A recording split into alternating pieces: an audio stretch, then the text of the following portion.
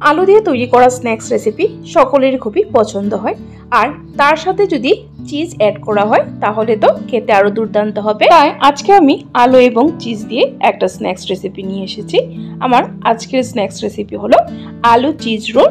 খেতে দুর্দান্ত লাগে এবং খুব কম সময়ের মধ্যে খুব সিম্পল উপকরণ দিয়ে তৈরি করা হয়। তাই দেরি না করে দেখে নেওয়া যাক আজকের এই পটেটো চিজ রোল রেসিপিটি। আজকের এই রেসিপিটি তৈরি করার জন্য আমাদের লাগবে আলু। এখানে আমি 3টে বড় সাইজের আলু বয়েল করে নিয়েছি। আলুগুলোকে ম্যাশ করে নিতে হবে। সো দেখুন বন্ধুরা, আলুগুলোকে ভালো করে ম্যাশ করে নিয়েছি। একদম মিহি করে ম্যাশ করবেন, বড় দানা যেন আলুর মধ্যে না থাকে। এখন এর মধ্যে দেব স্বাদ মতো নুন। নুনটা আপনাদের স্বাদ অনুযায়ী দেবে। তারপর এর মধ্যে দিয়ে দিব চিলি ফ্লেক্স। চিলি ফ্লেক্সটা না থাকলে আপনারা কাঁচা লঙ্কা কুচিয়ে দিতে পারেন বা লাল লঙ্কা গুঁড়োটাও ইউজ করতে পারেন। তারপর দিয়ে দিলাম এখানে গোলমরিচ, ব্ল্যাক পেপার ক্রাশ করে, আর দিয়ে দিলাম ধনে পাতা কুচি। তারপর এর মধ্যে দিয়ে দিব 3 টেবিলস্পুন পরিমাণ ব্রেড ক্রাম্বস। ব্রেড ক্রাম্বসে বাইন্ডিং এর কাজ করবে, কারণ শুধু আলুতে কিন্তু রোলগুলো ভালো হবে না, ভেঙে যাওয়ার চান্স থাকবে, কারণ আলুতে কিন্তু অনেকটাই ময়েশ্চার থাকে। এর জন্য এর মধ্যে ব্রেড ক্রাম্বসটা দিয়ে ভালো করে মেখে নিতে হবে, তাহলে খুব সুন্দরভাবে রোলগুলো তৈরি হবে। আর এই ব্রেড ক্রাম্বস কিন্তু আপনারা ঘরেই তৈরি করে নিতে পারেন। ব্রেড কিনে এনে সেটাকে মিক্সিং জারে গ্রাইন্ড করে নেবেন, তবেই তৈরি হয়ে যাবে ব্রেড ক্রাম্বস। দেখুন ভালো করে মেখে নিয়েছি। এখন হাতটাকে ধুয়ে ভালো করে তারপর হাতে সামান্য একটু তেল মাখিয়ে নেব। এখন রোলগুলো তৈরি করব। এভাবে তেল মাখিয়ে নিলে হাতে লেগে যাওয়ার সম্ভাবনা থাকে না।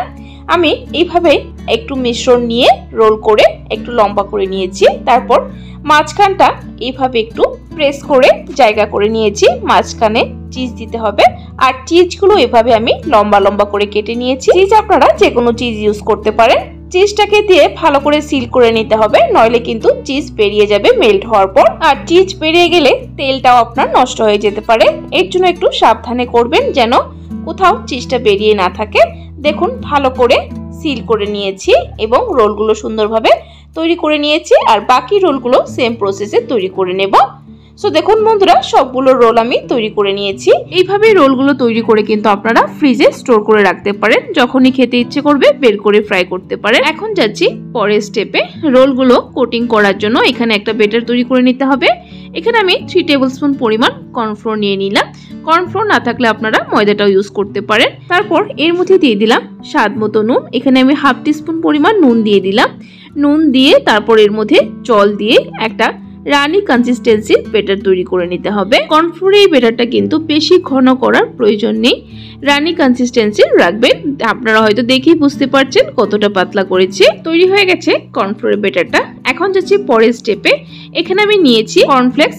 কর্নফ্লেক্সগুলোকে একদম ছোট ছোট করে ভেঙে নিয়েছি। এইভাবে মিহি করে ভেঙে নেবেন, গুঁড়ো করার কিন্তু প্রয়োজন নেই, হাত দিয়ে এইভাবে ভেঙে নিলেই হবে। আপনারা চাইলে গুঁড়ো করেও নিতে পারেন, তবে এইভাবে ভেঙে নিলে দেখতে ভালো লাগে রোলগুলো।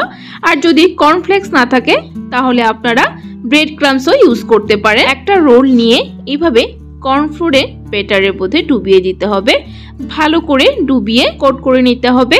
তারপর এইভাবে স্পুনের সাহায্যে তুলে যে কর্নফ্লেক্সগুলো ভেঙে নিয়েছি তার মধ্যে এভাবে ভালো করে কোট করে নিতে হবে ঘুরিয়ে ঘুরিয়ে। আর এই কর্নফ্লেক্সের কোটিংটা কিন্তু খুব ভালো করে করবেন। এইভাবে হাত দিয়ে ঘুরিয়ে ঘুরিয়ে হালকা হাতে প্রেস করে যাবেন, তবে খুব সুন্দরভাবে কোট হয়ে যাবে। ভালো করে কোটিং করলে রোলগুলো দেখতেও ভালো লাগে, খেতেও ভালো লাগবে। বাকি সবগুলো রোল এইভাবে কোটিং করে নেব। সো দেখুন বন্ধুরা, সবগুলো রোল আমার তৈরি হয়ে গেছে, ভালো করে কোট করে নিয়েছি। এখন এগুলোকে ফ্রাই করতে হবে। এখানে আমি গ্যাসের ফ্লেমটা জ্বালিয়ে একটা প্যানে বেশ কিছুটা তেল ভালো করে গরম করে নিয়েছি। তারপর গ্যাসের ফ্লেমটা লোতে রেখে এক এক করে রোল দিয়ে দেব। তারপর গ্যাসের ফ্লেমটা আবার মিডিয়ামে করে রোলগুলো ফ্রাই করে নেব। হাই ফ্লেমে রোলগুলো ফ্রাই করবে না, তাহলে কিন্তু ক্রিস্পি হবে না। আর বেশি লো ফ্লেমে করলে কিন্তু চিজগুলো বেরিয়ে যাওয়ার সম্ভাবনা থাকে। এর জন্য মিডিয়াম ফ্লেমে রেখে রোলগুলোকে একটু লালচে করে ফ্রাই করে নেব।